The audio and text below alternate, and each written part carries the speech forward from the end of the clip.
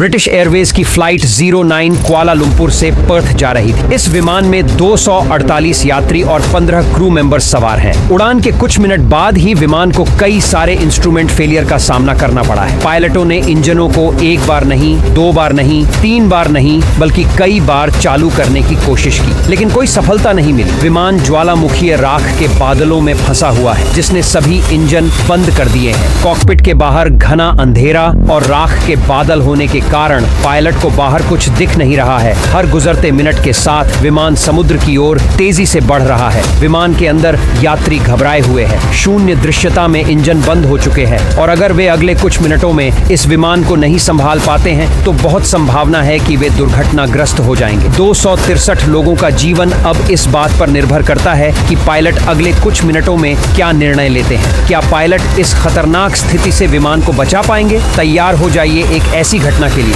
जहां हर गुजरते मिनट के साथ सैकड़ों लोगों की जिंदगी दांव पर लगी है। यह ब्रिटिश एयरवेज फ्लाइट 09 की कहानी है।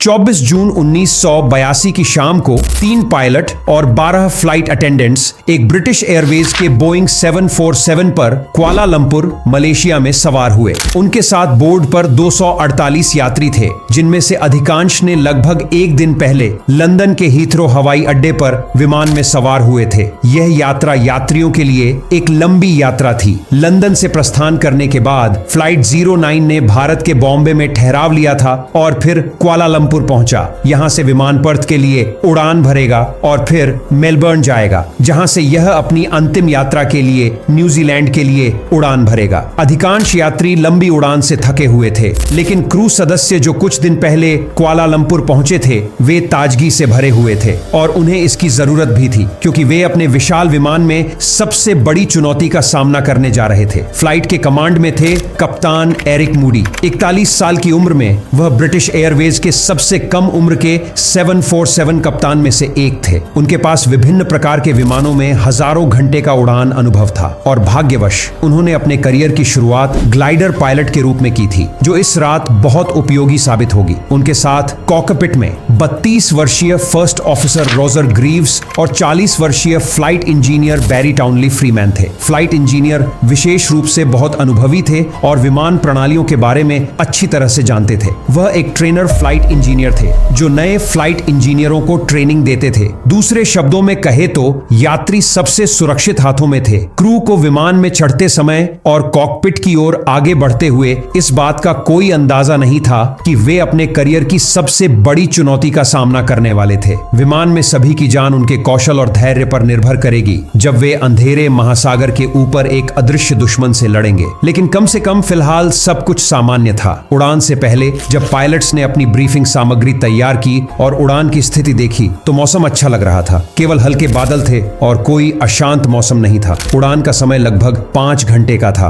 और वे लगभग 7 बजे उड़ान भरने वाले थे, लेकिन देरी होने के कारण उन्होंने आधे घंटे बाद उड़ान भरी। कप्तान एरिक मूडी विमान को रनवे पर ले गए और विमान को टेक ऑफ के लिए तैयार किया। कप्तान मूडी ने विमान के चारों रोल्स रॉयस इंजनों को पावर दिया और विमान रनवे पर तेजी से दौड़ने लगा। कुछ ही मिनट बाद विमान रात 8:40 पर कुआलालंपुर से पर्थ की ओर रवाना हो जाता है, जिसमें इसे लगभग 4000 किलोमीटर का सफर 5 घंटे में पूरा करना था। पहले 2 घंटे सब कुछ योजना के अनुसार चला। विमान 37,000 फीट की ऊंचाई पर क्रूज कर रहा था। क्रू ने अपनी कुर्सियों पर आराम करना शुरू कर दिया। रात के 8:15 पर वे एयरवे ब्रावो 69 से जुड़ गए, जो उन्हें जकार्ता के दक्षिण में एक मार्ग पर ले जा रहा था। लेकिन क्रू को यह नहीं पता था कि उनके नीचे जावा द्वीप पर एक ज्वालामुखी गैलुंगगुंग पिछले कुछ महीनों से लगातार फट रहा था और इस ज्वालामुखी ने ऊपरी वायुमंडल में बहुत सारी लावा और ज्वालामुखीय राख फेंकी थी। पायलट्स ने नियमित चेक्स को पूरा किया, जिसमें ईंधन की मात्रा, ऑटो पायलट मोड की जांच करना और एयर ट्रैफिक कंट्रोल को कॉल करना शामिल था। यात्रियों को रात का खाना परोसा गया और कई ने नए टाइम जोन में एडजस्ट करने के लिए सोने की कोशिश की। पायलट्स को भी रात का खाना मिला, जिसमें मलेशियाई स्पेशलिटी साते भी शामिल था। विमान 37,000 फीट की ऊंचाई पर धीरे धीरे उड़ान भर रहा था। कप्तान एरिक मूडी ने जब अपना भोजन समाप्त किया तो उन्होंने फर्स्ट ऑफिसर रोजर को नियंत्रण सौंपने से पहले मौसम रडार पर एक अंतिम नजर डाली, लेकिन रडार में कुछ भी असामान्य नहीं दिखाई दे रहा था। जैसे ही कैप्टन मूडी ने कॉकपिट में प्रवेश किया, उन्होंने देखा कि कॉकपिट के अंदर हर जगह सेंट एल्मो की आग दिख रही थी। सेंट एल्मोस फायर एक प्राकृतिक घटना है जिसमें नीली या बैंगनी रोशनी दिखाई देती है। यह रोशनी हवाई जहाजों के किनारों पर तब दिखती है जब हवा में बहुत ज्यादा बिजली होती है। इसे अक्सर तूफान के दौरान देखा जाता है और यह देखने में बहुत सुंदर लगता है। यह सामान्य रूप से सुरक्षित होता है, लेकिन इस बार यह अजीब था क्योंकि मौसम रडार पर कोई तूफान नहीं था। एहतियात के तौर पर क्रू ने सीट बेल्ट साइन चालू कर दिया और इंजन स्टार्ट स्विच को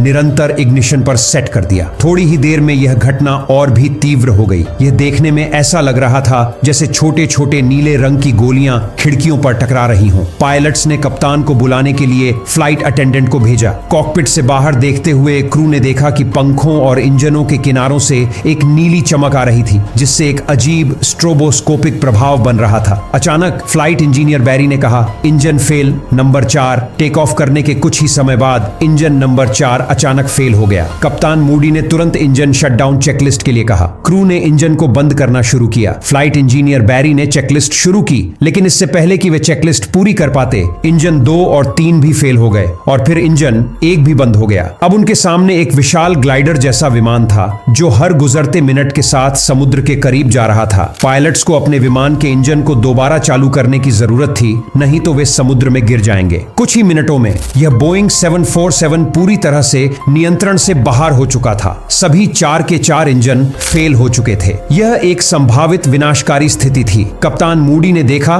कि उनकी गति कम हो रही थी और उन्होंने विमान को एक धीमी ढलान में रखा ताकि विमान की गति बनी रहे। कैप्टन ने उत्तर दिशा में मुड़ने का निर्णय लिया क्योंकि उन्होंने कुछ मिनट पहले ही जकार्ता शहर को पार किया था। अगर वे बाएं मुड़ते तो वे फिर से जमीन और संभावित हवाई अड्डे की ओर बढ़ने लगते। कैप्टन ने फर्स्ट ऑफिसर को एयर ट्रैफिक कंट्रोल से संपर्क करने को कहा, जबकि वे और फ्लाइट इंजीनियर इंजन रीस्टार्ट करने की कोशिश में लगे रहे। उन्होंने विमान को जकार्ता की ओर मोड़ दिया। कप्तान एरिक मूडी ने अपनी प्राथमिक उड़ान उपकरणों पर नजर डाली और देखा कि गति कम हो रही थी। उन्होंने सुनिश्चित किया कि विमान स्टाल न हो और उन्होंने विमान को नियंत्रित रखा। कैप्टन ने फर्स्ट ऑफिसर रोजर से कहा कि वह एक मेडे कॉल भेजें। समय था रात के 8:44। यह वह समय था जब उन्होंने पहली बार कॉकपिट में रोशनी देखी थी। उन्होंने जकार्ता नियंत्रण को यह संदेश भेजा, जकार्ता जकार्ता, मेडे मेडे, स्पीड बर्ड 9, हमने अपने सभी 4 इंजनों को खो दिया है। हम फ्लाइट लेवल 370 से नीचे आ रहे हैं, लेकिन वे सफल नहीं हो पाए। उन्होंने बार बार कोशिश की, लेकिन कंट्रोलर उन्हें समझ नहीं पा रहा था। कंट्रोलर को लगा कि इंजन नंबर 4 फेल हो गया है, जबकि फर्स्ट ऑफिसर बता रहे थे कि सभी 4 इंजन फेल हो गए हैं। कंट्रोलर को विश्वास नहीं हो रहा था कि एक आधुनिक पैसेंजर जेट के सभी 4 इंजन एक साथ कैसे फेल हो सकते हैं। किसी को नहीं पता था कि फ्लाइट 9 सीधे जावा द्वीप पर स्थित माउंट गालंगंग ज्वालामुखी से निकले राख के बादल में उड़ रही थी। पायलट्स को विंडशील्ड पर जो लाइट दिखाई दे रहा था वह सूखी राख से उत्पन्न स्टैटिक इलेक्ट्रिसिटी के कारण था। विमान लगभग 1000 किलोमीटर प्रति घंटे की रफ्तार से उड़ रहा था, जिसके कारण विमान के चारों ओर एक प्रकार का इलेक्ट्रॉनिक कोकून बन गया, जिसने पायलट्स द्वारा भेजे या प्राप्त किए गए रेडियो सिग्नलों को गड़बड़ा दिया, जिसके कारण कंट्रोलर पायलट्स की बात नहीं समझ पा रहे थे। लेकिन फ्लाइट 9 के कुछ मील पीछे एक सिंगापुर एयरलाइंस का बोइंग 747 उसी रूट पर था। उस फ्लाइट के पायलट्स फर्स्ट ऑफिसर की बात अधिक स्पष्ट रूप से सुन सकते थे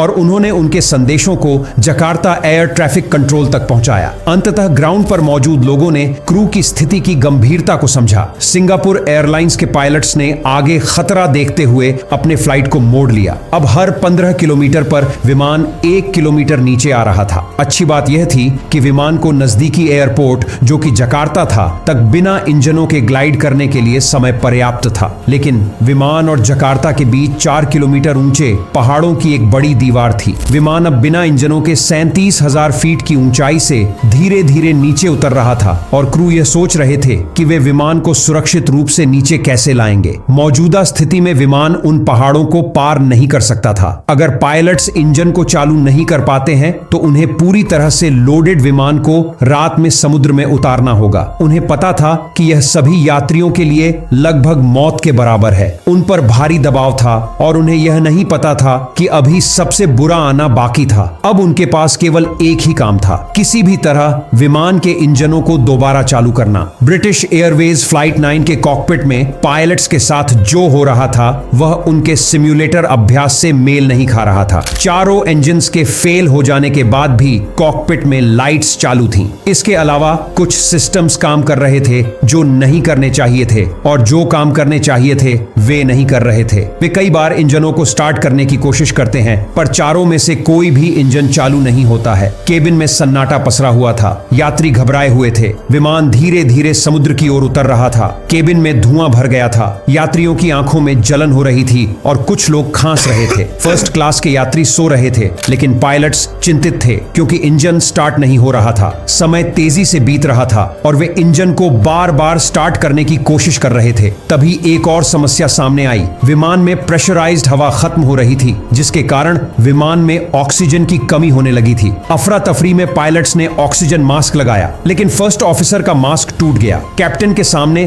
अब एक कठिन निर्णय था। क्या वे ऊंचाई कम करें ताकि ऑक्सीजन मिले और उनके साथी को बचाया जा सके या ऊंचाई बनाए रखें ताकि इंजन स्टार्ट करने के और मौके मिल सके। उन्होंने जोखिम उठाया और विमान को नीचे की ओर उतारना शुरू कर दिया। यात्री अपने सीटों से कसकर चिपक जाते हैं और विमान गड़गड़ाहट के साथ नीचे उतरने लगता है। पायलट्स ने चेकलिस्ट की बजाय अपनी समझदारी से काम लिया और लैंडिंग गियर को नहीं निकाला ताकि विमान समुद्र में सुरक्षित उतर सके। वास्तव में यह विमान एक उच्च ऊंचाई वाले ज्वालामुखीय राख के बादल में उड़ रहा था। ज्वालामुखीय राख विमान के लिए बहुत खतरनाक होती है। यह इंजन को बंद कर सकती है, हवा में धुंध बनाकर दृश्यता कम कर सकती है और उपकरणों को खराब कर सकती है। इसके साथ साथ केबिन में घुसकर यात्री और क्रू के स्वास्थ्य को नुकसान पहुंचा सकती है। मौसम रडार इन छोटे राख के कणों को नहीं पकड़ सकता था क्योंकि ये बहुत छोटे होते हैं। रडार मुख्यतः नमी और बूंदों को पकड़ने के लिए डिजाइन किया गया होता है। इसीलिए कैप्टन को अपने रडार पर कुछ भी नहीं दिखा जबकि वे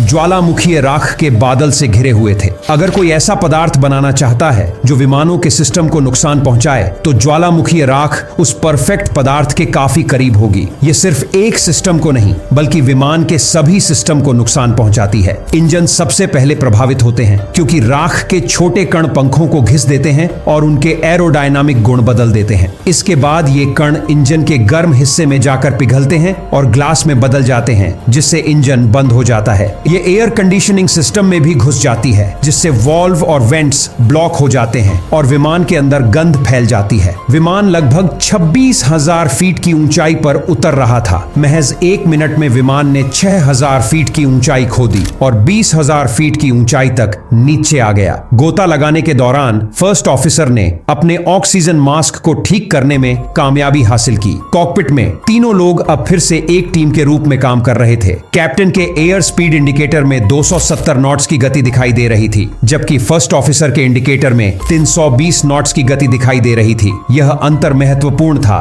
क्योंकि इंजन को फिर से चालू करने के लिए विमान की गति 250 और 270 नॉट्स के बीच होना चाहिए था। कैप्टन सोचने लगते हैं कि वे किस एयर स्पीड इंडिकेटर पे भरोसा करें। अगर विमान का स्पीड 250 नॉट्स या 463 किलोमीटर प्रति घंटे की रफ्तार से नीचे चला जाता है तब वे इंजन फिर से चालू नहीं कर पाएंगे। कैप्टन ने फैसला किया कि वे विमान की पिच को ऊपर और नीचे करते हुए विमान की गति को बदलते रहेंगे ताकि वे दोनों एयर स्पीडों को कवर कर सकें। जब विमान 20,000 फीट की ऊंचाई पर पहुंचा तो चालक दल ने अपने उतरने की दर को धीमा कर दिया। इंजन से लपटें निकल रही थीं और केबिन के अंदर लाल और नारंगी रोशनी फैली हुई थी। बाहर की स्थिति किसी बुरे सपने जैसी थी। विमान समुद्र की ओर तेजी से गिर रहा था और केबिन में धुआं भर रहा था और अब इंजन में आग भी लग गई थी। कुछ यात्री चिल्ला रहे थे जबकि कुछ अपने प्रियजनों के लिए नोट्स लिख रहे थे। पायलट्स इस आग के बारे में नहीं जानते थे। इंजन को फिर से चालू करने की प्रक्रिया में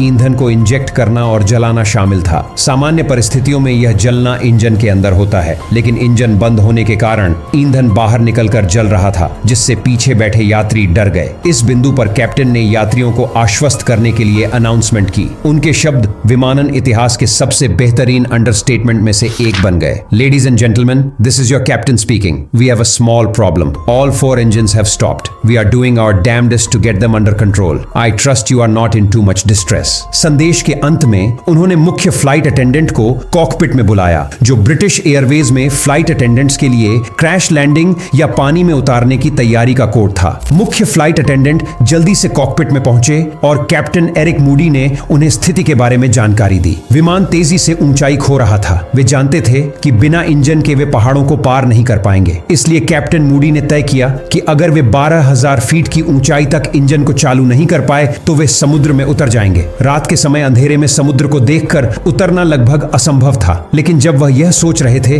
तभी उनके सहकर्मियों की खुशी की आवाज आई जब इंजन नंबर 4 फिर से चालू हो गया। लेकिन स्थिति कितनी भी निराशाजनक क्यों हो, पायलट्स ने हार नहीं मानी। उन्होंने इंजन नंबर 4 को फिर से चालू करने का फैसला किया। विमान अब 12,000 फीट के करीब पहुंच रहा था और अचानक इंजन नंबर 4 जीवित हो उठा। पायलट्स ने इसे अधिकतम थ्रस्ट पर धकेला जिससे वे और अधिक दूरी तय कर सके, लेकिन एक इंजन के सहारे पहाड़ों को पार करना मुश्किल था, इसलिए उन्होंने अन्य इंजनों को भी चालू करने की कोशिश जारी रखी। करीब 30 सेकंड बाद इंजन नंबर 3 भी चालू हो गया। अब वे वास्तव में बचने की स्थिति में थे। 1 मिनट बाद अन्य 2 इंजन भी चालू हो गए और पायलट्स ने राहत की सांस ली। फर्स्ट ऑफिसर एटीसी को सूचित करते हुए बोलते हैं कि हमने सभी 4 इंजनों को फिर से चालू कर लिया है। कैप्टन ने यात्रियों को भी जानकारी दी कि तबाही टल चुकी है, लेकिन उनकी परेशानी अभी खत्म नहीं हुई थी। उन्हें अब भी नहीं पता था कि इंजन क्यों बंद हुए थे और क्यों चालू हुए। वे डरते थे कि इंजन फिर से बंद हो सकते हैं, इसलिए उनका प्राथमिक उद्देश्य समुद्र से दूरी बनाना था।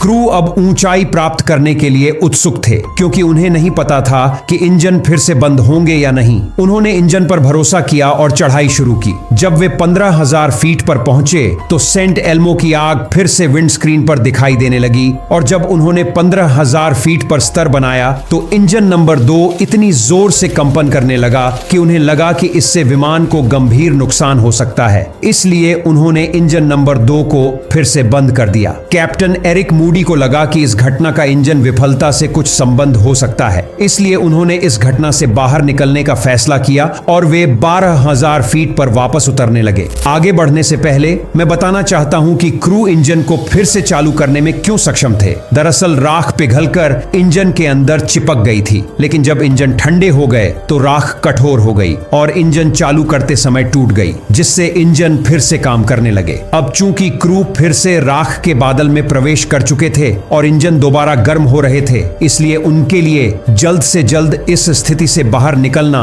बेहद जरूरी हो गया था। क्रू ने कंट्रोलर से जकार्ता का मौसम पूछा, तब कंट्रोलर ने उन्हें बताया कि मौसम एकदम साफ है। जैसे ही वे रनवे की ओर मुड़े, उन्होंने पाया कि उन्हें हवाई अड्डा देखने में परेशानी हो रही है। भले ही मौसम साफ था, लेकिन फिर भी वे रनवे को नहीं देख पा रहे थे। उन्होंने महसूस किया कि ऐसा इसलिए था क्योंकि उनकी विंडस्क्रीन पूरी तरह से धुंधली हो गई थी। अगली समस्या यह थी कि जकार्ता का ILS इनऑपरेटिव था, इसलिए उनके पास ILS उपलब्ध नहीं था, जिसके वजह से उन्हें लोकलाइजर अप्रोच पर उतरना पड़ा। ILS इनऑपरेटिव का मतलब है कि पूरी ILS सिस्टम काम नहीं कर रही है। ILS के 2 मुख्य हिस्से होते हैं, लोकलाइजर जो रनवे की केंद्र रेखा दिखाता है और ग्लाइड स्लो जो ऊंचाई बनाए रखता है। जब ILS बंद होता है तो विमान को लैंडिंग के दौरान दिशा और ऊंचाई दोनों में मदद नहीं मिलती है। अगर लोकलाइजर सही और चालू है तो रनवे की केंद्र रेखा की जानकारी मिलती है, लेकिन ग्लाइड स्लोप नहीं होने से पायलट को ऊंचाई खुद नियंत्रित करनी पड़ती है। इससे लैंडिंग कठिन हो सकती है, खासकर खराब मौसम में। कैप्टन एरिक लोकलाइजर को मॉनिटर कर रहे थे, जबकि फर्स्ट ऑफिसर से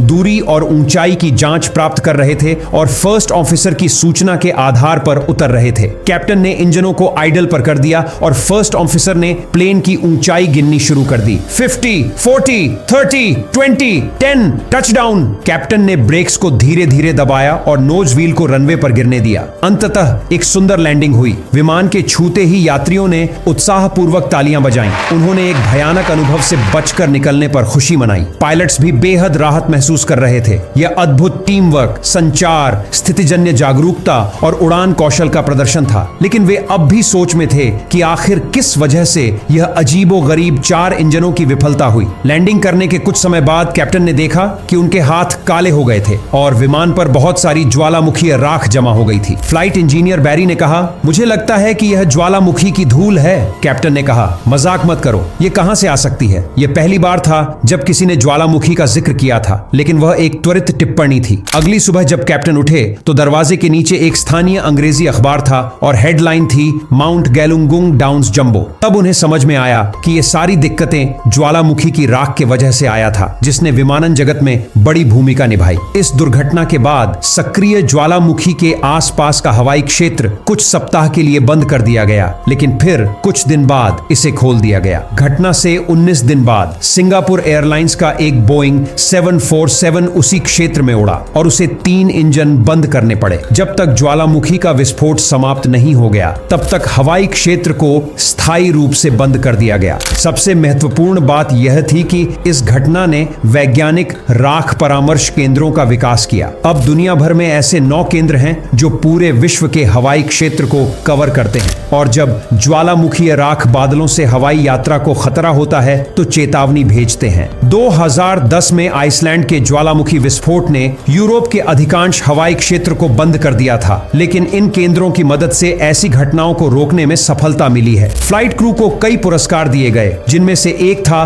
क्वीन की सेवा सम्मान। कैप्टन मूडी को यह कहते हुए सुनकर अच्छा लगा कि मुझे केवल एक चीज का पछतावा है कि मेरे फर्स्ट ऑफिसर और फ्लाइट इंजीनियर को क्वीन से मेडल नहीं मिला। मुझे लगता है यह ब्रिटिश एयरवेज प्रबंधन की गलती थी कि उन्होंने उनका सम्मान नहीं किया। घटना के बाद विमान को लंदन वापस लाया गया और इंजन बदला गया। फिर यह कई वर्षों तक ब्रिटिश एयरवेज के लिए उड़ान भरता रहा। इसके बाद यह यूरोपियन एयर के तहत चला गया और अंततः 2004 में इसे सेवा से हटा दिया गया। इस घटना और अन्य घटनाओं ने विमानन उद्योग को ज्वालामुखीय राख के खतरों के बारे में जागरूक किया। अब हम इन घटनाओं से बेहतर तरीके से निपटने में सक्षम हैं। कैप्टन मूडी ने 32 वर्षों तक ब्रिटिश एयरवेज में सेवा की और 1996 में 17,000 से अधिक उड़ान घंटों के साथ रिटायर्ड हुए। मार्च 2024 में 82 वर्ष की आयु में उनका निधन हो गया। उनके अदम्य साहस और कुशलता ने अनेकों लोगों की जान बचाई। हम कैप्टन मूडी के साहसिक निर्णय और अविस्मरणीय योगदान को नमन करते हैं। उनके द्वारा दिखाए गए धैर्य और साहस हमेशा प्रेरणा स्रोत बने रहेंगे। कैप्टन मूडी को हमारी सच्ची श्रद्धांजलि। पिछले वीडियो पर आपके शानदार समर्थन के लिए शुक्रिया। आशा है कि आपको यह वीडियो पसंद आया होगा। अगर हां, तो यहां एक और वीडियो है कि भारत का सबसे दुखद हादसा कैसे हुआ,